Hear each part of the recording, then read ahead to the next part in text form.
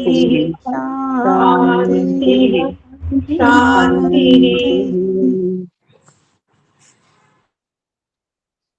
ओम।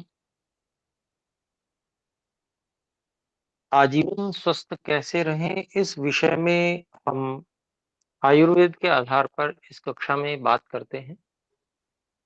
और आजकल हम कुछ ऐसे रोग जो सामान्य रूप से हो जाया करते हैं और उग्र रूप भी धारण कर लेते हैं, उन रोगों के विषय में जानने समझने का प्रयास कर रहे हैं। उनके क्या कारण हैं, अगर कोई रोग उपस्थित होता है तो उसमें क्या रूप सामने आते हैं, क्या स्थिति बनती है। फिर अलग-अलग वात, पित्त, कफ अथवा द्वंद्वज या सन्निपातज, ऐसे जो रोगों की अवस्थाएं हैं, अथवा और भी अनेक विविध होती हैं, इनके अलावा भी होती हैं स्थितियां। तो उन स्थितियों में रोगों में क्या समस्या रहती है और उनकी फिर चिकित्सा कैसे होती है, सामान्य जो विधान है, उसके विषय में हम रोगों के विषय में जानने का प्रयास कर रहे हैं, जिसमें हम उदर रोग के विषय में जानकारी प्राप्त कर रहे हैं।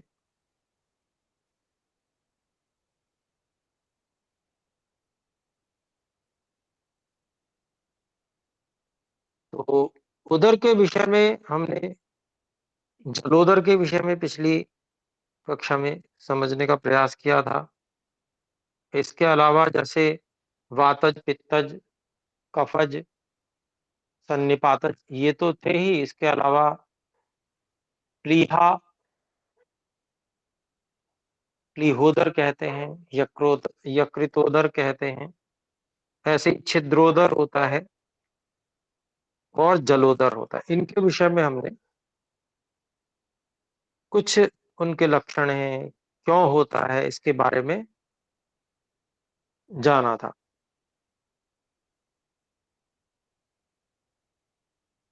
और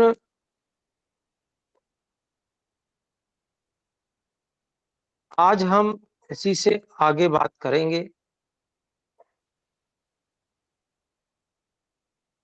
जलोदर की स्थिति जो होती है उसमें जब तक जो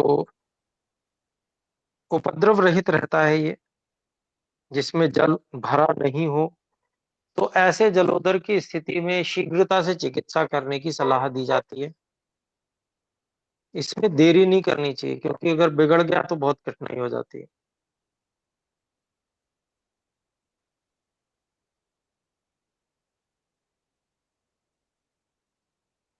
तो जो दोष हैं वो अपने अपने स्थानों से दूर हट जाते हैं, उनका परिपाक ठीक से होता नहीं है, वे द्रवीभूत होकर संधियों और स्रोतों को क्लिन्न कर देते हैं, गीला कर देते हैं, और इसके कारण से पसीना जो है वो बाह्य स्रोतों में नहीं न जा पाता है। और जब ऐसी स्थिति होती है तो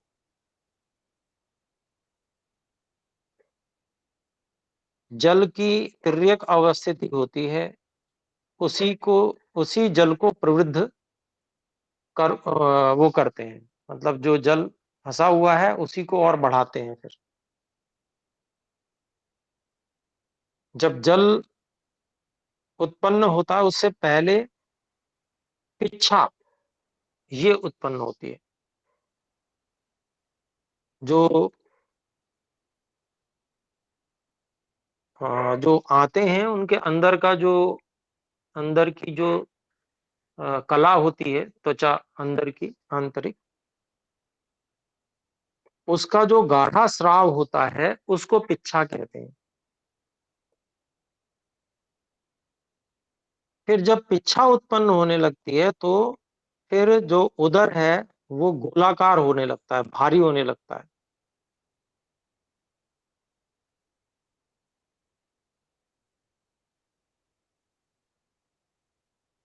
स्पर्श में मृदु होता है और उसपे शिराएँ नहीं बनती हैं।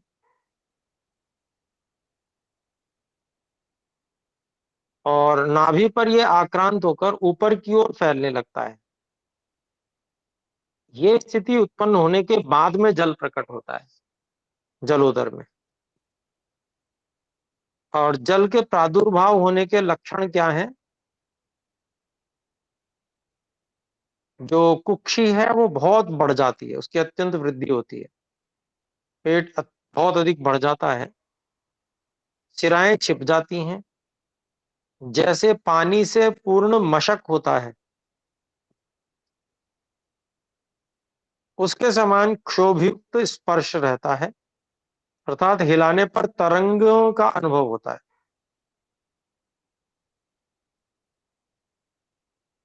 तो ऐसा समझ लेना चाहिए जल प्रादुर्भूत हो गया है।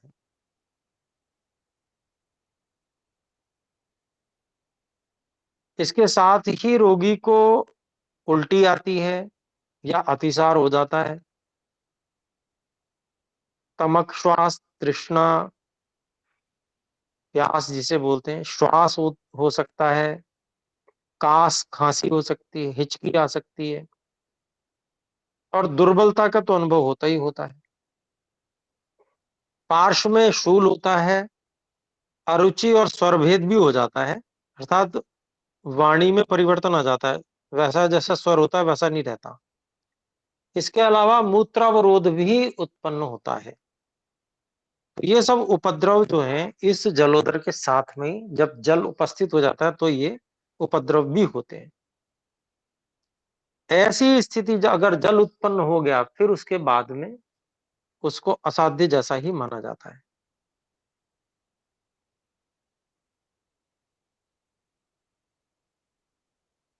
इसके अलावा शस्त्र कर्म करना होता है, उसमें शस्त्र कर्म यदि नहीं किया तो फिर बचना कठिन होता है। शस्त्र कर्म यदि करवा लेंगे, अर्थात जिसको हम सर्जरी कहते हैं,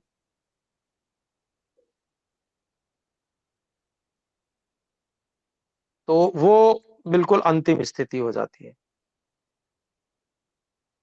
तो इसीलिए जल उत्पन्न होने से पहले ही चिकित्सा यदि कर ली जाए या कोई उत्तम वैद्य चिकित्सा कर दे, तो ये जो जलोदर है, यह बिना शस्त्र कर्म के ठीक हो सकता है। इसलिए इसके लक्षणों को अगर हम समझ जाते हैं कि ये स्थिति उत्पन्न हो रही है,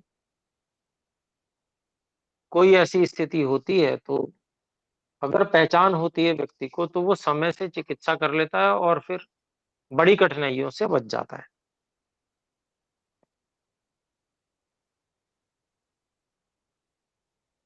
वातोदर, पित्तोदर, कफोदर, प्लीहा उदर, सन्निपात उदर, जलोदर,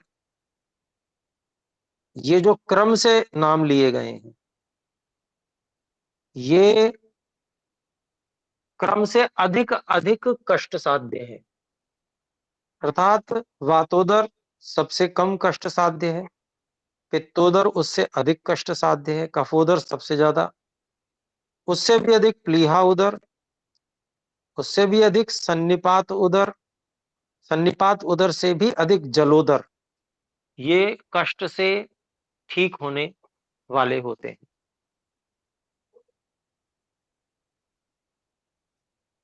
और बद्ध गुदोदर जो होता है, अगर 15 दिन से ऊपर शरीर में टिक गया तो मृत्यु का कारण बन जाता है।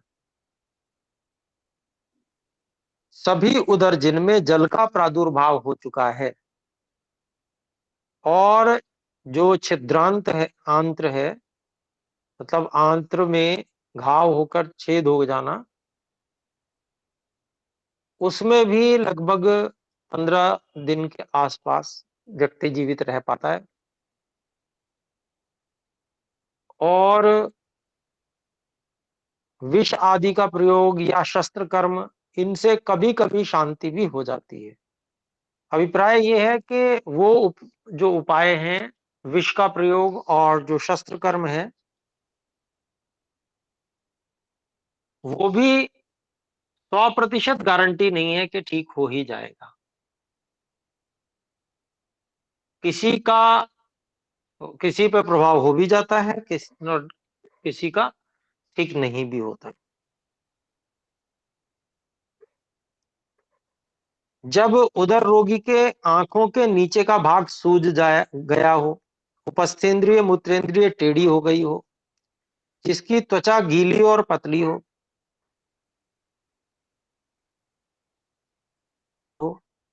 वो असाध्य माना गया है।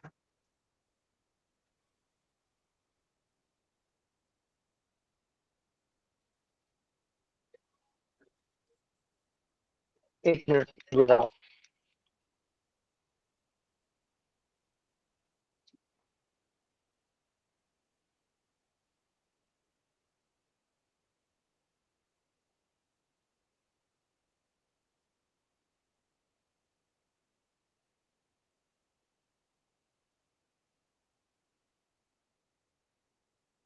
ओम।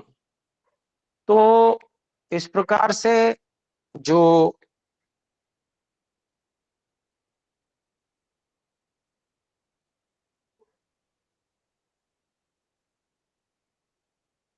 लक्षण बताए गए हैं असाध्य के, उनको भी हम ध्यान में रखें कि कहीं ऐसे लक्षण तो कोई नहीं उपस्थित हो रहे हैं। जितने भी जो हृदय आदि मर्म स्थान है, उनके ऊपर अगर सूजन हो जाती है, श्वास होती है अर्थात दमा जिसे बोलते हैं, हिचकी, अरुचि, अत्यधिक पिपासा, मूर्छा, बार बार उल्टी, अतिसार, ये उपद्रव भी रोगी को मृत्यु के मुख में पहुंचा सकते हैं।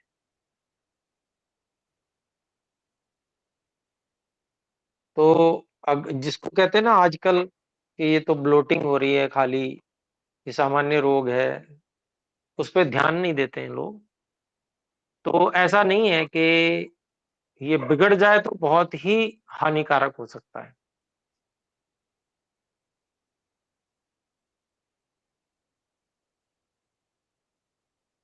उधर जितने भी हैं ये सभी कष्ट साध्य ही हैं। मतलब जिसको एक बार ये अग्नि की समस्या हो गई, जठराग्नि मंद हो गई और दोषों ने अपना स्थान छोड़ के उधर में स्थान बना लिया, तो अब इनका अपने स्थानों पर, दोषों का अपने स्वाभाविक स्थानों पर जाना बहुत कठिन होता है, बहुत कष्ट साध्य होता है। और ये रोग अनेक बार पूर्व जन्मों के कर्मों के फल स्वरूप भी मिलता है, अर्थात माता पिता दादा दादी उनसे भी आ जाता है।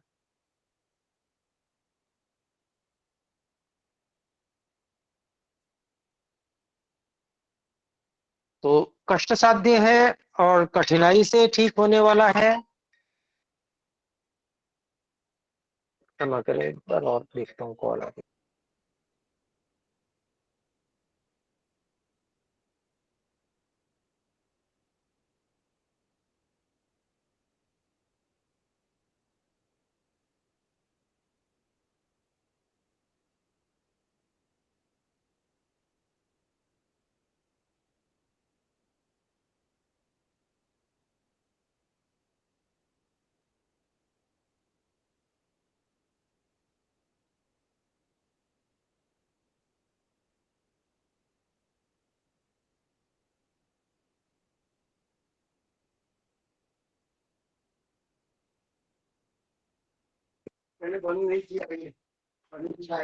ओम। तो जी, हम बात कर रहे थे कि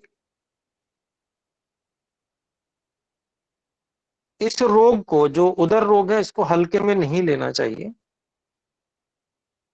और बहुत सावधानी से चिकित्सा करके इसको, अगर थोड़ा भी लगता है तो उसको तुरंत समाप्त करने का प्रयास करना चाहिए। और ये जन्मांतर से भी आ जाते हैं ऐसा रोग, तो उस स्थिति में भी बहुत प्रयास करने के बाद में ठीक हो पाता है, व्यक्ति का जीवन निकल जाता है समझ नहीं पाता उसकी समस्या क्या है। ये हो जाता है कई बार।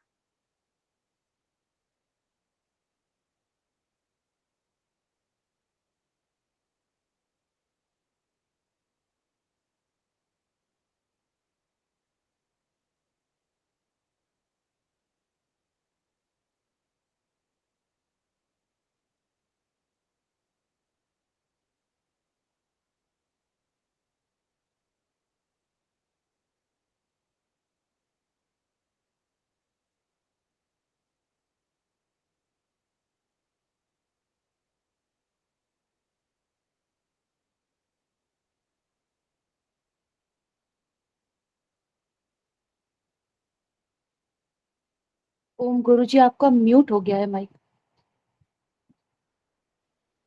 जी धन्यवाद। तो हम बात कर रहे थे कि इसको हल्के में नहीं लेना है, उधर रोग को। और क्योंकि ये जन्मांतर से भी प्राप्त होता है, अनेक बार तो ऐसा हो जाता है कि व्यक्ति आधा जीवन, पौना जीवन निकल जाता है, उसको समझ में नहीं आ पाता उसको समस्या क्या है, और जीवन रोग में निकल जाता है। और बाधाएं बनी रहती हैं, क्योंकि जब शरीर में रोग है तो बाधाएं बार बार आएंगी, व्यक्ति कुछ भी कर अच्छे से कर नहीं पाता।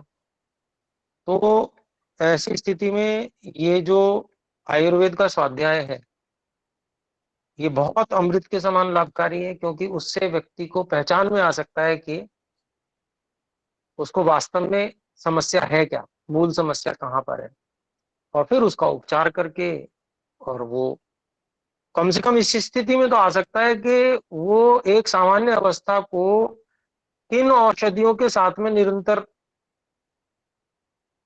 बनाकर रख सकता है, एक ठीक अवस्था को। भले ही औषध लेनी पड़े, लेकिन व्यक्ति स्वास्थ्य का तो अनुभव कर पाए, एक जिसको कहते हैं एक स्वस्थ व्यक्ति जैसा अनुभव करता है, जिससे वो सभी कार्यों को अपने अच्छे से कर पाए। तो इसको याप्य कहते हैं। अर्थात जब तक औषध लेते रहोगे तो ठीक रहोगे, और जैसे ही औषध बंद करोगे वैसे ही रोग फिर से उठ खड़ा होगा। तो जो कष्ट साध्य रोग होते हैं उनमें याप्यता प्रायः करके होती है। अर्थात फिर ऐसा हो जाता है कि औषध लेते रहो, और औषध भी जो है वो एक तरह से आपके भोजन का ही जैसा हिस्सा हो जाती है। कि जीवन अगर, जितना भी जीवन जीना है उसको अगर हम उद्देश्य के लिए, जिस उद्देश्य से जीवन मिला है उस उद्देश्य की पूर्ति करना चाहते हैं, तो ऐसा मान के चलेंगे कि भाई ये तो हमारा अन्न ही है, इसका हम उपयोग निरंतर करना ही है हम, और हम अपनी दिनचर्या में उसको सम्मिलित करते हैं, और फिर अपने उद्देश्य की पूर्ति यथासंभव जितनी हो सकती है उतनी करते हैं, और पुण्य कर्मों को साथ में करते हैं। जब पुण्य कर्मों को करते हैं तो फिर उससे ये सुनिश्चित होता है कि अगले जन्म में इस प्रकार के रोग वाला शरीर हमें न मिले, जिससे हमें बार बार बाधा उत्पन्न हो। ये रोग इतनी बड़ी बाधा है कि व्यक्ति जिस लक्ष्य के लिए जीवन मिला है उस लक्ष्य की ओर बढ़ ही नहीं पाता है। बार बार बाधाएं उपस्थित ऐसी होती हैं कि उसी में फंस के अटक के रह जाता है। तो ये उधर भी उसी प्रकार का भयंकर रोग है। तो इसमें अजात अजात उदक अर्थात जलोदर, जल जब प्रकट नहीं हुआ है उसके लक्षण क्या है वो भी जानने बहुत आवश्यक है। तो बहुत अधिक सूजन नहीं हुई है, उधर जो है वो लालिमा युक्त नहीं हुआ है, नहीं लालिमा युक्त है, और कान लगाकर सुनने पर जो आकुटन है उससे शब्द सुनाई देता है, या जो स्टेथोस्कोप होता है उससे जब सुनते हैं तो शब्द सुनाई देता है। रोगी को अधिक भार अनुभव नहीं होता, पेट में गुड़गुड़ होती रहती है, शिराजाल पेट में दिखाई देता है, वायु नाभि पर विष्टंभ करके और बाहर निकलने की ओर वेग करके नष्ट हो जाता है, परंतु बाहर नहीं निकल पाता। रोगी को हृदय, नाभि, वंक्षण प्रदेश, कमर, गुदा प्रत्येक अवयव में शूल रहता है। यदि मलवात निकले भी तो वह वेगयुक्त और आवाज करता हुआ होता है। अग्नि अत्यंत मंद नहीं हो। मुख से रस, मुख का रस जो है लाला स्राव वो विकृत है, रहता है। मूत्र कम आता है। पुरीश जो है वह कठिन बंधा हुआ होता है। तो यह ऐसी स्थिति है कि अभी इसमें चिकित्सा की जा सकती है। जब जल उत्पन्न हो जाता है तब शिराएं भी गायब हो जाती हैं, भारीपन बहुत अधिक बढ़ जाता है, जो अभी हम लक्षण अभी हमने थोड़ी देर पहले समझे।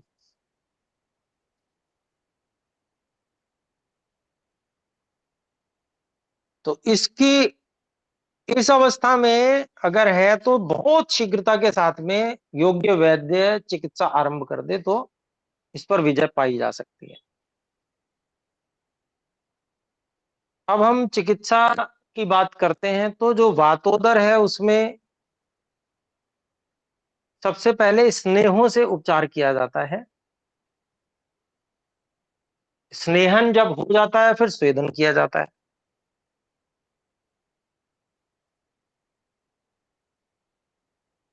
और स्नेह विरेचन भी दिया जाता है। स्नेह विरेचन के लिए एरंड तेल बताया गया है। या तो एरंड तेल से स्नेह विरेचन किया जाता है या कुछ सिद्ध घृत हैं, लग्जेटिव के रूप में काम आते हैं, उनका भी उपयोग होता है।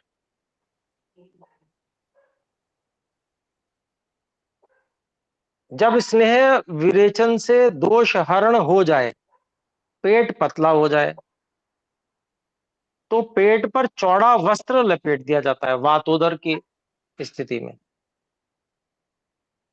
उसको कसके लपेट देते हैं जिससे खाली अवकाश मिलने से वायु फिर से पेट में न भर जाए। तो इसके लिए ये उपाय किया जाता है। और ये बताया गया है कि विशोधन नित्य चाहिए, रोज चाहिए, क्योंकि दोषों के अति संचय से और स्रोतों के मार्ग में रुकावट होने के कारण से ये उदर होते हैं। इसलिए उदर रोगियों का नित्य विशोधन होना चाहिए प्रतिदिन। और वातोदर के रोगी को नित्य स्निग्ध विरेचन देना आवश्यक है। जब रोगी का शोधन बहुत अच्छी प्रकार से हो जाता है तब उसे मंडपेय आदि संसर्जन क्रम कराने के पश्चात बल उसके अंदर स्थापना करने के लिए दूध पिलाया जाता है। निरंतर दूध ही पिलाया जाता है। फिर अगर निरंतर दूध पीते पीते मन भर जाता है और रोगों की उत्क्लेश जी मिचलाना हो जाता है, परंतु दूध अभी तक तभी तक पिलाना चाहिए जब तक उत्क्लेश ना हो। अगर उत्क्लेश होता है, जी मिचलाना होने लगता है, तो फिर दूध रोक देते हैं।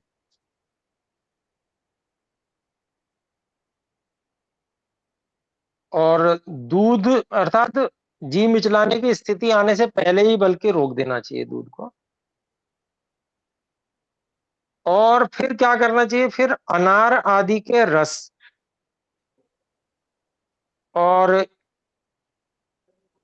थोड़ी थोड़ी मात्रा में जिसमें नमक आदि डाला गया है, ऐसे मूंग के जो जूस हैं,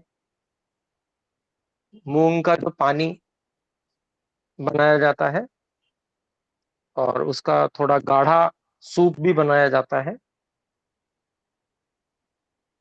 तो इनसे अग्नि को धीरे धीरे प्रदीप्त किया जाता है। अगर ऐसा करने से रोगी को फिर से उदावत हो जाए, अर्थात मलबद्धता हो जाए, बिल्कुल जैसे कठोर मल होता है ऐसी स्थिति आ जाए, तो फिर से स्नेह विरेचन दिया जाता है। और स्नेहन करके स्वेदन करा के फिर आस्थापन बस्ती दी जाती है। तो बस्ती इसलिए दी जाती है क्योंकि पता है कि जब वायु बढ़ी हुई है, तो वायु बढ़ती है तो वो सुखा डालती है मल को। और जब वायु मल को सुखा डालती है तो अब इसका मतलब वात की विशेष चिकित्सा होनी ज़रूरी है। तो ऐसी स्थिति में आस्थापन बस्ती दी जाती है।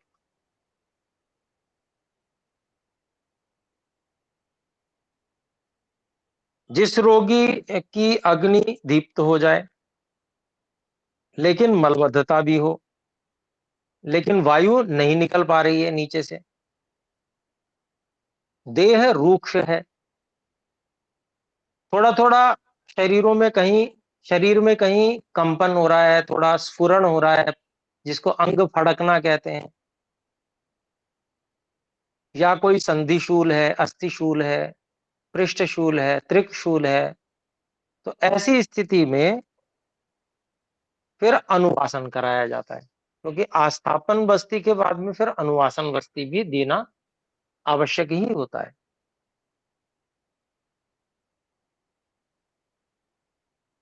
निरूह बस्ती अर्थात जो अनुवासन बस्ती होती है, उसमें तीक्ष्ण विरेचन द्रव्यों से युक्त दशमूलक क्वाथ द्वारा बस्ती का प्रयोग कराया जाता है। वातनाशक द्रव्य, कांजी आदि जो अम्ल द्रव्य हैं, उससे साधित एरंड तेल और तिल तेल का अनुवासन, फिर उसके बाद में अनुवासन जो कराया जाता है वो इस प्रकार से कराया जाता है। तो ये जो है पंचकर्म की स्थिति है, और इस तरह से ये सबसे बढ़िया, सबसे अच्छी जो रोग को जीतने के लिए विधि है। अन्य विधियां हैं, लेकिन जितनी शीघ्रता से इसमें समय अ, लगेगा तो 100% लगेगा, यानी कि पूरा समय देना पड़ेगा इसमें। लेकिन दिनों के हिसाब से जल्दी ठीक हो जाएगा। भर्ती जैसा, जैसे कहते हैं ना भर्ती हो गए अस्पताल में, उस तरह से इसमें करना पड़ेगा, तब ये जो है इस प्रकार से पंचकर्म हो पाता है। लेकिन इससे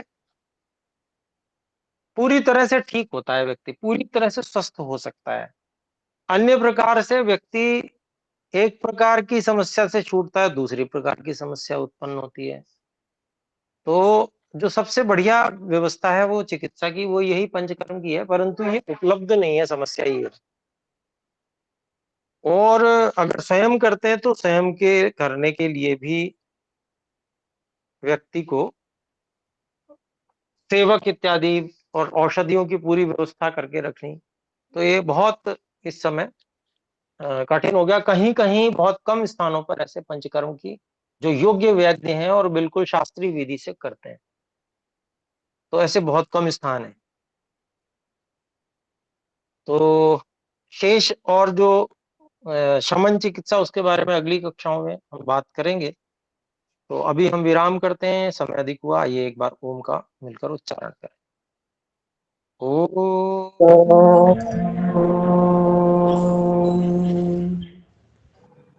सभी को सादर नमस्कार।